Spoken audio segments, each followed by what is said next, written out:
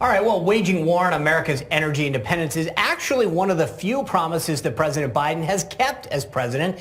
And lo and behold, prices at the pump are surging. The House Republican Study Committee has just published this list of 81 actions that have led to the record prices at the pump. Joining us now is the chairman of that committee, Jim Banks of Indiana. Congressman, good to see you. Good to be with you, Sean.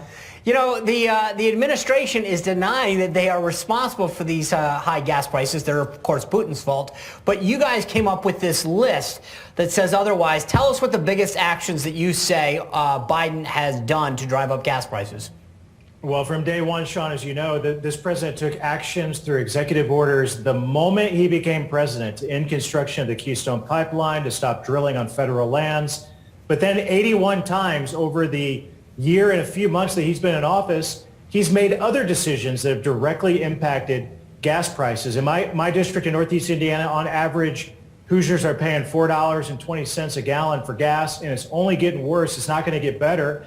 And if the president gets his way, yesterday, his release of the new budget proposal would actually tax American energy production, which only means that you're going to continue to pay more and more and more in gas prices if President Biden gets his way. But no, the American people, they're not letting this president off the hook. They know he's directly responsible for high gas prices, and they're going to hold him accountable for it on Election Day. Yeah. Congressman, you posted that chart from the Republican Study Committee, Biden's actions and corresponding gas prices on Facebook, and it was actually flagged with a warning that included a link to the Climate Science Center page. I'm looking at this thing. It's just facts. So what was their concern, and have you reached out to Facebook? Well, Facebook, like all of these big tech companies, they're in on it. I mean, they support this president and the left's radical Green New Deal policies and their radical socialist agenda. So I'm not surprised that they would try to scrub the truth and edit the truth off of Facebook and other social media accounts to prevent the American people from seeing what they already know is true. It's not a surprise to me because at the end of the day, Facebook they're in on it with other left-wing causes, and we're giving the American people what the facts to back up what they already know, and they don't want the public to know it. You know, yesterday we had this exclusive poll on the show where 60% of Americans blame President Biden for the gas prices, right? Which mirror what you guys are trying to say. And it goes on to say that they want him to resign if the price of gas goes above $8. You guys were at this retreat last week, House Republicans, and there's a lot of talk that Republicans, if they gain back the majority, of people saying, okay, well, if you gain back, will you impeach President Biden? Did you guys discuss that at all? Because that would kind of go in line with people who want him to resign. And I guess, did that come up at all as part of what you guys discussed at that retreat? You know, Sean, I mean, at the end of the day, I would love for President Biden to resign as well. I mean, $8 a gallon gas, if we get to that point, Americans are going to be suffering even more than what they are at this point. I'd like it if Kamala Harris would resign, and Nancy Pelosi and all the rest of them to resign too.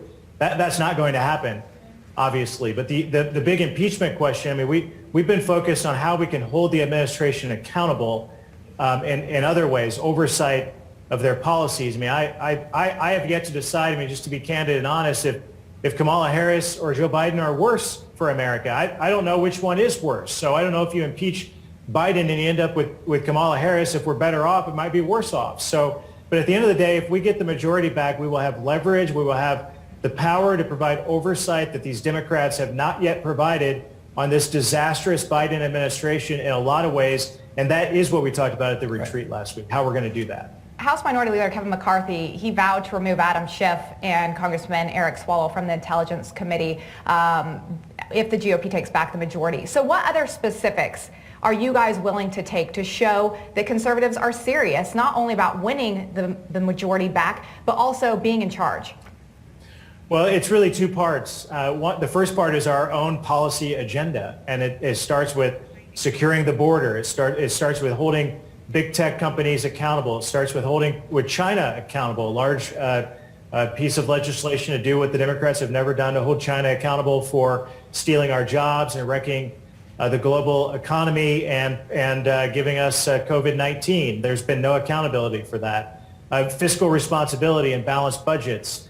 These are all issues that Republicans are focused on with our agenda. But then equally important, I believe, I really mean it, equally important is our oversight agenda. Everything from hauling Hunter Biden before the Judiciary Committee with Chairman Jim Jordan to ask them tough questions about the national security threat that is Hunter Biden's laptop and the contents of it, and the entanglements that the Biden family has with our foreign adversaries. Everything from that to questions about Afghanistan that have yet to be answered, that this administration has never been held accountable for. So we have a long list of areas that with oversight and investigations, accountability, that will be just as equally as important as the agenda that we hope to pass in the House as well.